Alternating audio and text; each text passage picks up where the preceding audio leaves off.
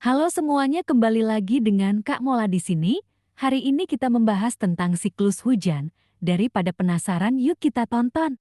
Nah, adik-adik Kak Mola, ada yang tahu Kak apa itu hujan? Hujan adalah bentuk presipitasi di mana air yang terkondensasi di atmosfer jatuh ke bumi dalam bentuk tetesan. Proses ini terjadi ketika uap air di udara mendingin dan berubah menjadi cairan.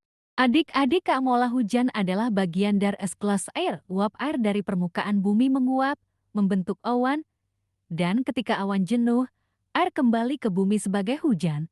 Siklus ini terus berlanjut, menjaga keseimbangan air di planet kita. Nah, kita masuk ke dalam jenis-jenis hujan. Ada beberapa jenis hujan, termasuk hujan orografis yang terjadi di daerah pegunungan, hujan frontal yang terjadi ketika dua massa udara yang berbeda bertemu, dan hujan konvektif yang sering terjadi di daerah tropis karena pemanasan yang intens.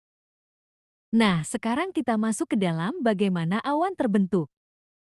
Awan terbentuk ketika uap air di atmosfer mendingin dan berubah menjadi titik-titik air kecil atau es.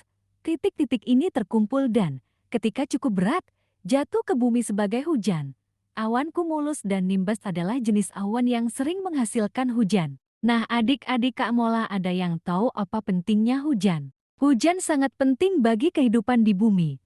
Hujan membantu mengisi kembali sumber air tawar seperti sungai, danau, dan tanah.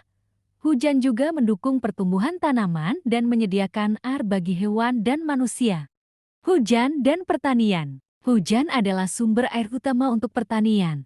Tanpa cukup hujan, tanaman tidak dapat tumbuh dengan baik, yang pada akhirnya dapat memengaruhi hasil panen dan persediaan makanan.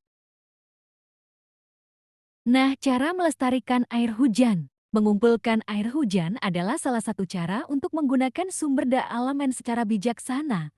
Air hujan yang terkumpul dapat digunakan untuk irigasi dan pembersihan. Kesimpulannya, hujan adalah salah satu fenomena alam yang paling penting bagi kehidupan di bumi.